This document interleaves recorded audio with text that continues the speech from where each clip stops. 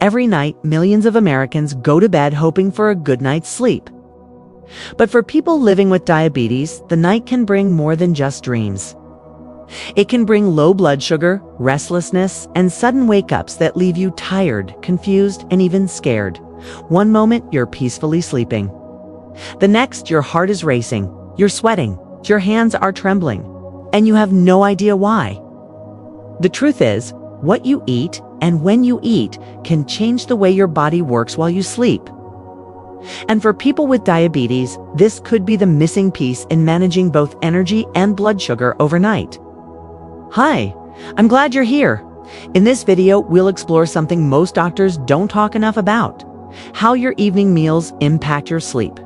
Here's what we're diving into: the real reasons why people with diabetes often struggle to fall or stay asleep, which dinner choices can destabilize your blood sugar, even if they seem healthy, and simple food habits that help you feel calm, nourished, and ready for deep rest. Because managing diabetes isn't just about numbers on a meter.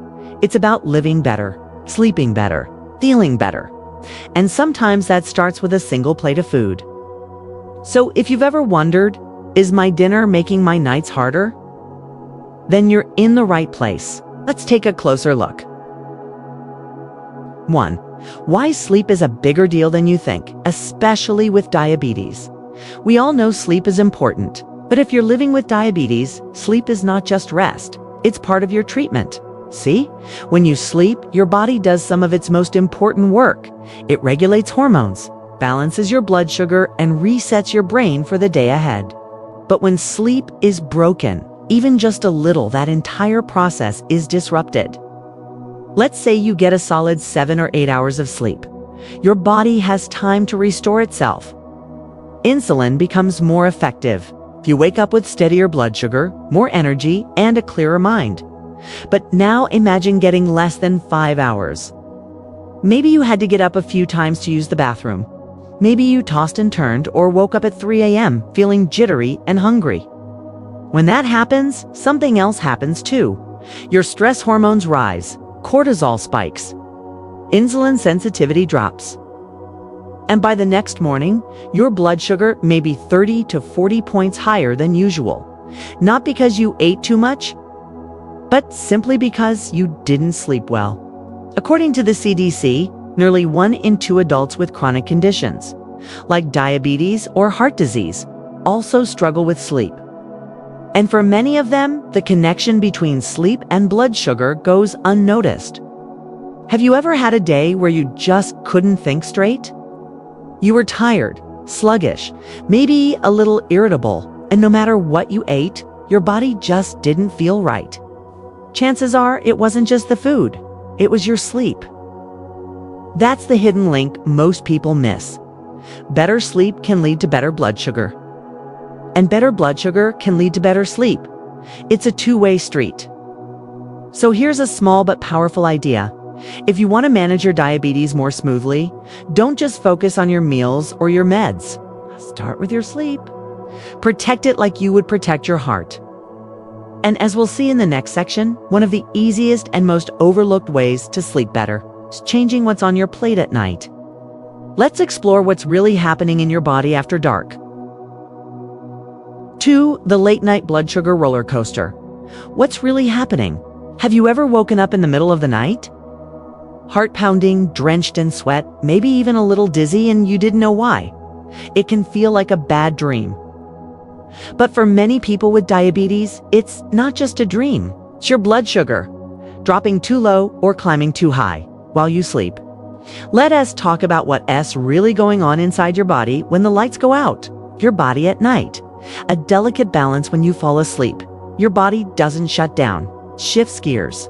Your brain, liver, pancreas, they're all still working, just differently. Your pancreas slowly releases insulin to keep your blood sugar in check.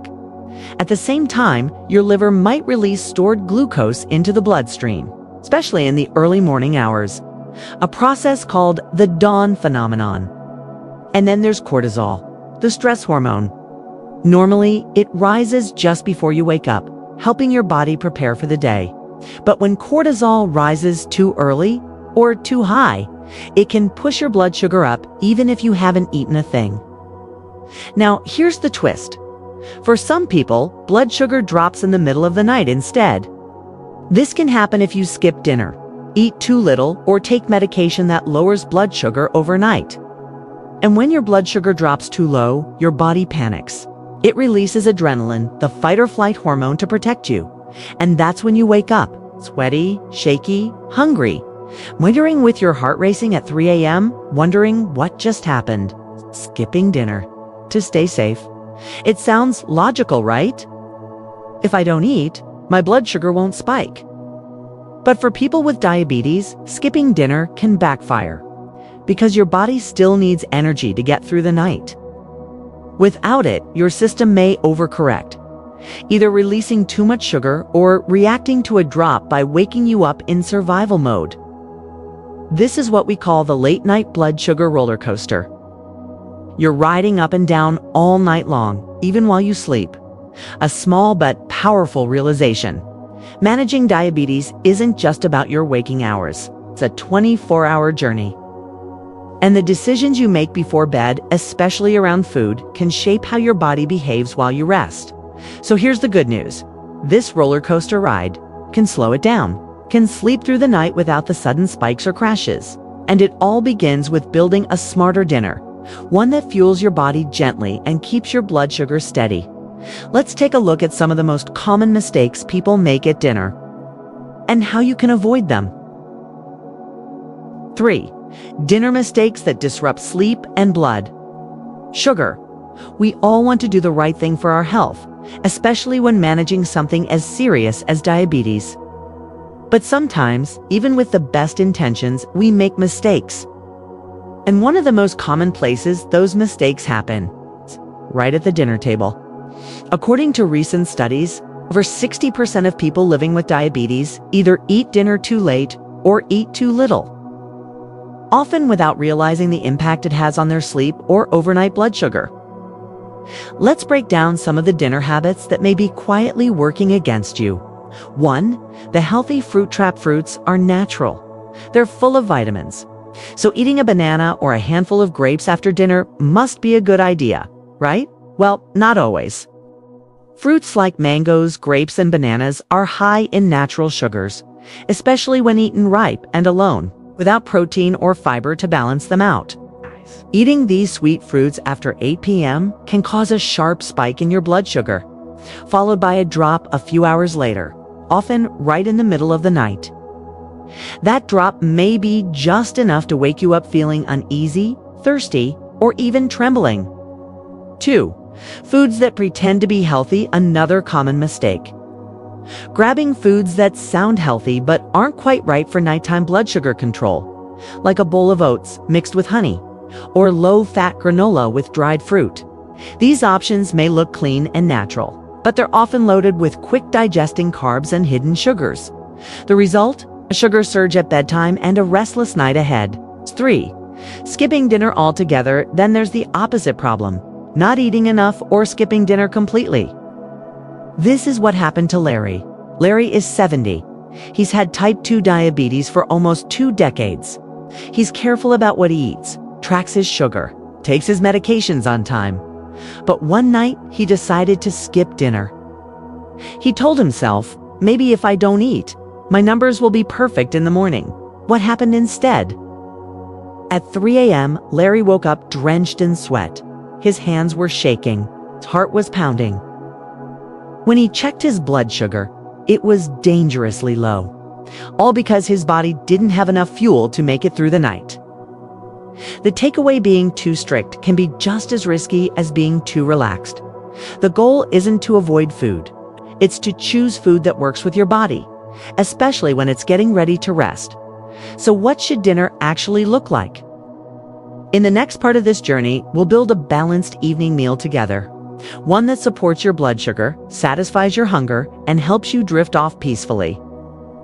Let's take a look at what the ideal diabetic dinner plate really looks like. For building the ideal diabetic dinner plate, sometimes the hardest part of managing diabetes, ISNT, knowing what to eat. Knowing how to put it all together. You've heard about carbs, you've heard about sugar. But when dinner time comes around, the big question still lingers. What should I actually put on my plate? Let's make it simple. Not with diets. Not with restrictions. But with balance, the kind that helps your body feel nourished, steady, and ready for sleep. The 1-2-3 rule of the plate, a balanced diabetic-friendly dinner, doesn't have to be boring or bland. It just needs the right portions of the right things. Think of your plate divided into 3 parts. One half of your plate: non-starchy vegetables, leafy greens, broccoli, zucchini, cauliflower. These are full of fiber, water, and nutrients, and they barely raise your blood sugar. 1/4 of your plate: lean protein, grilled chicken, baked fish, tofu, or eggs. Protein keeps you full longer and supports stable glucose levels through the night. 1/4 of your plate: slow-burning carbs, like brown rice, quinoa, lentils, or half a sweet potato. These carbs digest gradually, helping you avoid spikes and crashes. Simple, balanced, sustainable. Dinner ideas that work with your body, not against it. Here are 2 examples of what a blood sugar-friendly dinner could look like. Option 1, grilled salmon, steamed cauliflower, and half a cup of quinoa. Option 2, boiled chicken breast, a colorful salad with olive oil and lemon, and half of a roasted sweet potato. Both are satisfying, full of flavor, and most importantly, designed to help your blood sugar stay steady until morning. A quick comparison. It's not just what you eat. It's the type you choose. Let's take rice, for example. White rice, highly processed, digests fast, spikes blood sugar quickly. Brown rice or wild rice contains more fiber, digests slowly, more stable. Or pasta. Regular pasta, mostly simple carbs. Tasty, but can cause sudden sugar rise. Whole grain pasta has more fiber and nutrients. Your body breaks it down more gradually. These small swaps don't just improve numbers, they improve how you feel after eating. Watch out for hidden saboteurs. Even a well-built plate can get off track with the wrong extras. Sugary sauces like barbecue or sweet teriyaki, fried toppings that add grease and insulin resistance. White bread rolls that seem harmless but act like sugar in your bloodstream. Keep it simple. Keep it whole. When in doubt, go for fresh over processed, baked over fried, light over creamy. The takeaway: you don't have to give up your favorite meals. You just have to rearrange your plate. Maybe switch out one ingredient, swap one side, or rethink portion sizes. Because a balanced dinner isn't just about nutrition. It's about setting yourself up for a better night and a better tomorrow. Now that we've built a perfect dinner plate, you might be wondering, should I eat anything after dinner? Like a bedtime snack? Let's talk about that next. Because for some people with diabetes, a small snack before bed can make all the difference between a peaceful night and a 3 a.m. wake-up call. 5. Should you eat a bedtime snack or not? When you think of a bedtime snack, what comes to mind?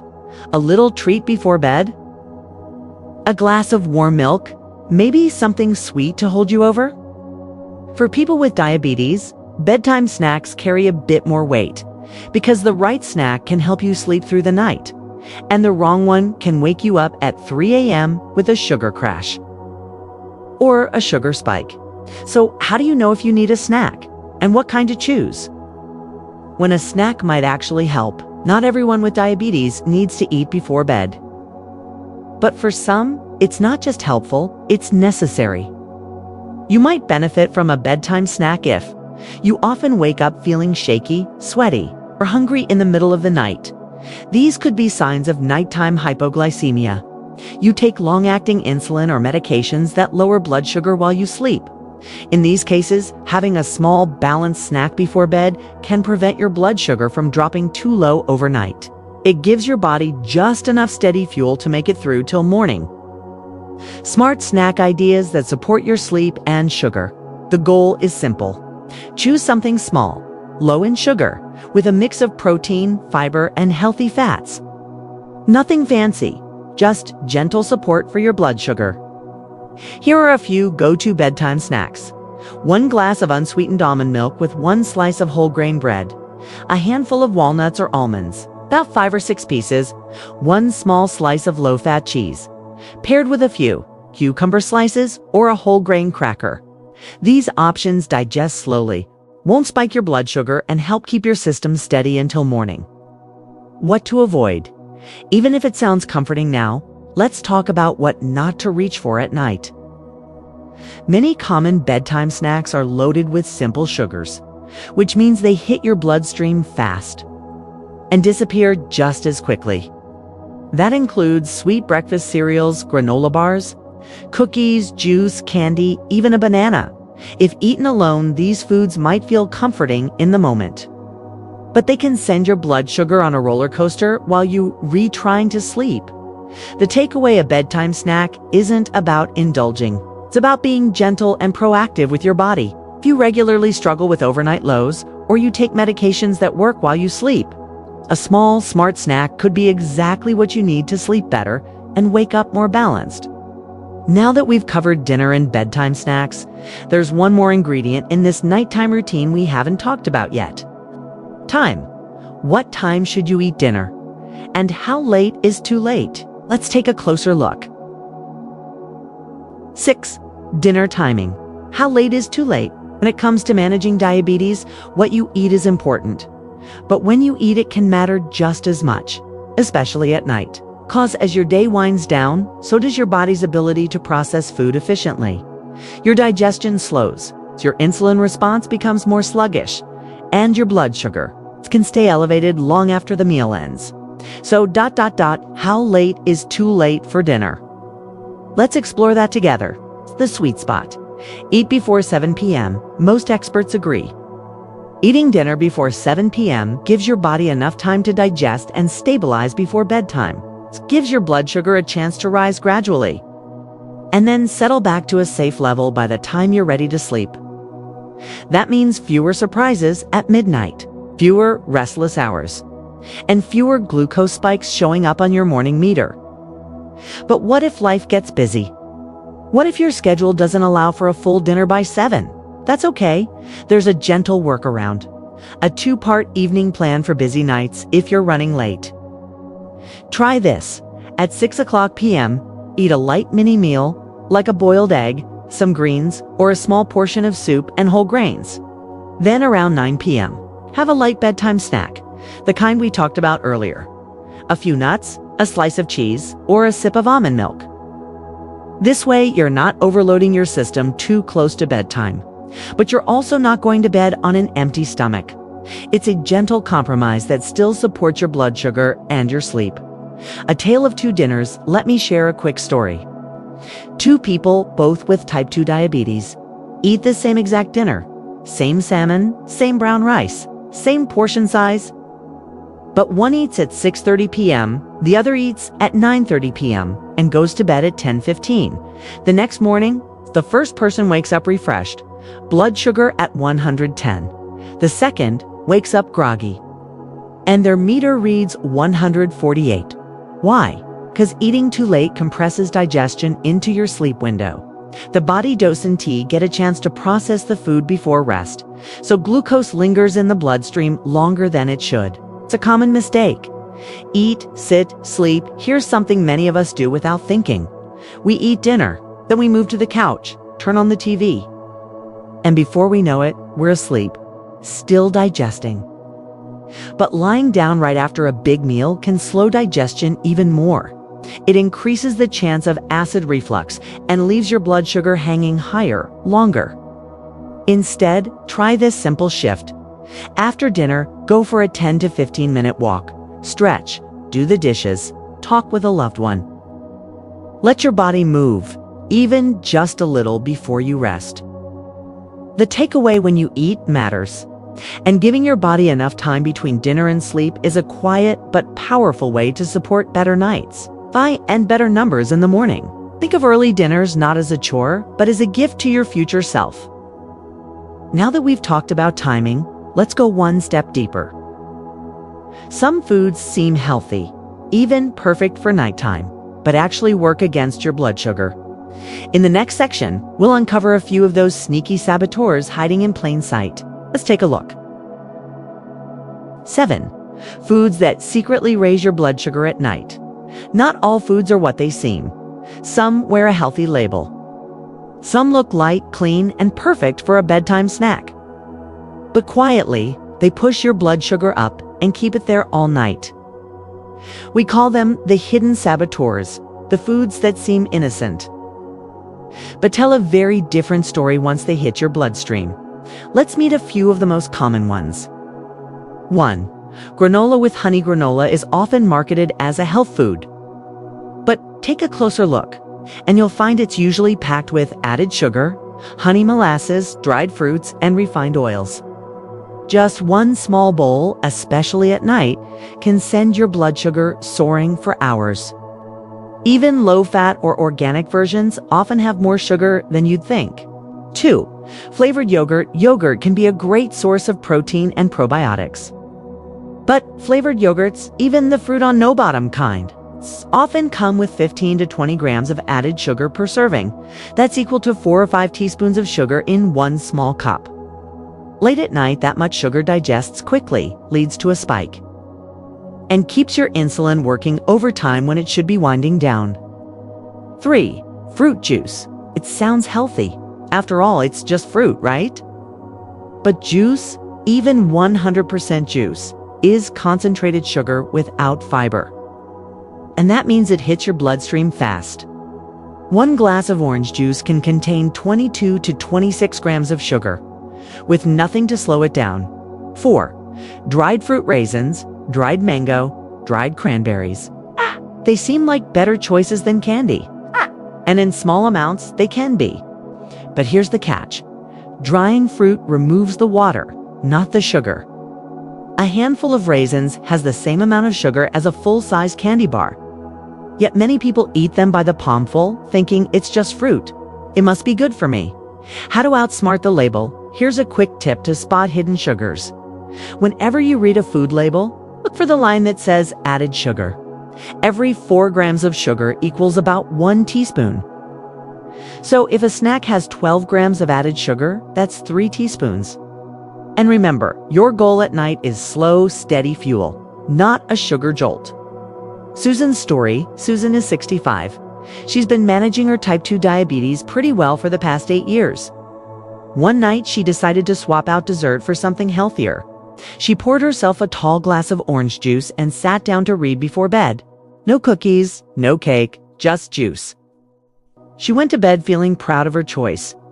But the next morning, her blood sugar was at 172, higher than it had been in weeks. Susan was confused, until she learned the truth. Even healthy sugar is still sugar. And when it's not paired with fiber, fat, or protein to slow it down, it hits just as hard and lasts just as long. The takeaway: some of the most well-meaning food choices can work against us, especially at night.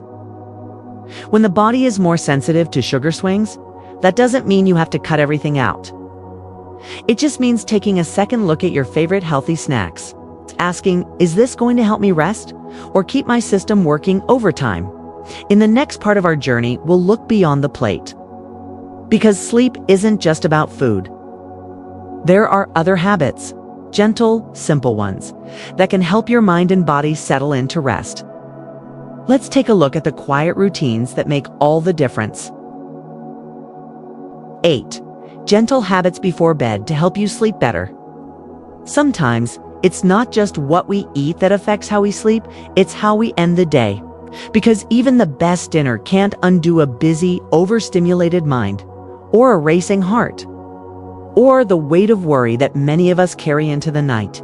The good news: there are small, gentle habits you can build into your evening that don't just help you sleep better. They help your body manage blood sugar more effectively. Let's take a look at a few of them. 1. Take a 15-minute walk after dinner. It doesn't have to be fast. It doesn't have to be far. Just a quiet stroll around the block, or even around the house. Why it helps? It kickstarts digestion, it reduces the post-meal blood sugar spike, and it calms the nervous system. Studies show that even 10 to 15 minutes of light movement after dinner can significantly lower glucose levels and help you fall asleep faster. 2. Step away from the screens, phones, tablets, TVs. They all give off blue light, which tells your brain, stay awake, stay alert. And that makes it harder to produce melatonin, the hormone that helps you sleep. Try this. Turn off all screens at least 30 minutes before bed. Read a book. Listen to calming music or stretch. Let your mind slow down. Just like your body, you'll feel the difference. 3. Skip the caffeine. Sip something warm instead. Evening tea might sound comforting, but many blends, especially green or black tea, contain caffeine, and caffeine can linger in the body for up to 6 hours. Instead, try a cup of warm water with a slice of lemon chamomile or rooibos tea, naturally caffeine-free. Or simply a few slow sips of unsweetened almond milk warm liquids help signal to the body that it's time to relax. 4. End your day with a thankful thought before you turn out the lights. Try this simple habit. Take 2 minutes to write down one thing you're grateful for, or one thing that went right today. It might sound small, even silly, but gratitude helps shift your brain out of stress mode. It reduces cortisol, and a calmer mind means deeper, more restorative sleep. Why this matters for blood sugar when you sleep well. Your body becomes more sensitive to insulin, which means it can regulate blood sugar more effectively. Lack of sleep, on the other hand, increases insulin resistance, making it harder for your body to manage glucose, even if you're eating right. So by protecting your sleep, you're not just helping your mind rest, you're helping your whole system reset. The takeaway: sleep isn't just something that happens, something we prepare for. It's like we brush our teeth or wash our face. We can care for our minds and our bodies with a few intentional choices at the end of the day. And sometimes those little choices, they make all the difference. Now that we've looked at how to support your sleep through food, timing, and gentle habits, let's talk about how you can start connecting the dots in your own life by tracking what you eat, how you sleep, and how your blood sugar responds. In the next section, I'll show you a simple way to create your own Sleep Plus Sugar diary and how it can help you discover what truly works for you. 9. How to track and adjust your blood sugar plus sleep diary. If there's one thing I've learned about managing diabetes, it's this: what gets tracked gets understood. And what gets understood can be improved. The truth is, your body is unique. No two people will respond exactly the same way to the same meal, the same snack, or the same bedtime. That's why keeping a simple Sleep Plus blood sugar diary can be such a powerful tool. What to write down? You don't need anything fancy. Just a notebook, a pen, and a few minutes each day. Here's what to jot down. 1. Dinner time. What time did you eat? 2. What you ate include main dishes, sides, snacks, and drinks. 3. Bedtime, the time you actually went to sleep. 4. Wake up time. Did you sleep through the night? Wake up early? 5. Morning feeling energized, groggy, hungry, Tom. And here's the important part. Use your blood glucose meter to check your numbers before bed and when you wake up. This gives you a clear picture of how your evening routine affects your body overnight. Finding your patterns, the real magic happens after about a week. As you look back through your notes, you might start to see patterns. I sleep better when I eat salmon instead of red meat. If I skip a 9 p.m. snack, my blood sugar drops too low by morning. Eating dinner after 8 p.m. almost always leaves me groggy the next day. These insights aren't random. They're your body talking to you. And once you know its language, you can start making adjustments that truly fit your life. Tech that can help if you'd like to track digitally. There are simple apps designed for older adults that make it easy. Miss Jug lets you log meals, blood sugar, and notes in one place. Glucose Buddy, simple interface for tracking and spotting trends over time. The key is not just recording the numbers, but connecting them to how you feel. Because managing diabetes isn't just about data, it's about living well. The takeaway: your diary isn't homework. It's a conversation with yourself. It is a way to notice the little things, the details that make the difference between a restless night and a truly restful one. And as we bring everything together, from your meals to your timing to your nightly habits, there's one last piece I want to leave you with. It's not just about food or schedules or even tracking. It's about remembering that you're not doing this alone, and that even the smallest change can create a better tomorrow. Let's talk about that. 10. Final advice. You're not alone, and small changes matter. Lian Hun Kui Bun Kang Si Hun. Nung Fei Ji Nach Arch Ti Tro. If you've made it this far, take a moment, because it means something. It means you're curious, you care, and you're ready to treat your health and your rest with the kindness it deserves. We've covered a lot together: how blood sugar and sleep are deeply connected, the foods that help you rest, and the ones that silently disrupt it, why timing matters just as much as what's on your plate, and the power of gentle habits before bed. But here's the most important thing I want you to take away. You don't have to change everything overnight. You just have to begin. Start with one dinner. Maybe tonight you eat a little earlier. Maybe tomorrow you swap white rice for quinoa. Maybe next week you try a walk after dinner or sip warm water instead of juice. That's how real change happens. Not all at once, but one small shift at a time. And over time, those shifts become a rhythm, a lifestyle, a quiet kind of confidence that says, I'm taking care of myself. A story of change, one step at a time. Let me tell you about George. He's 75. He'd been living with type 2 diabetes for over 20 years. But more than the sugar numbers, what bothered him most was the exhaustion. For nearly 2 years, he barely slept through the night.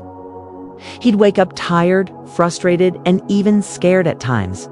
He'd tried medications, sleep aids, even meditation, but nothing seemed to stick.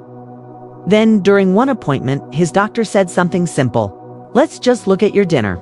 Together, they made a few adjustments. Less sugar, more fiber, a lighter meal, a consistent eating time, nothing drastic, nothing extreme.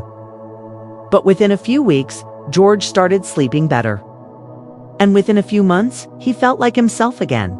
Not perfect, but peaceful. And that made all the difference. You're not alone in this. If you're struggling with sleep with diabetes, or just with the feeling that it's all too much, know this: you are not alone, and the path forward doesn't have to be overwhelming. It starts with small decisions. And those decisions start with awareness, with care, and with support, like the kind we're building together here. This helped you? If you found even one idea in this video that made sense to you, that felt doable, then I invite you to share it. Maybe a friend, a sibling, or a parent needs to hear it too. And who knows? A simple change in one person's dinner could mean a better night's sleep for someone you love. Thank you for spending this time with me. Take care of yourself tonight, one peaceful, nourishing evening at a time.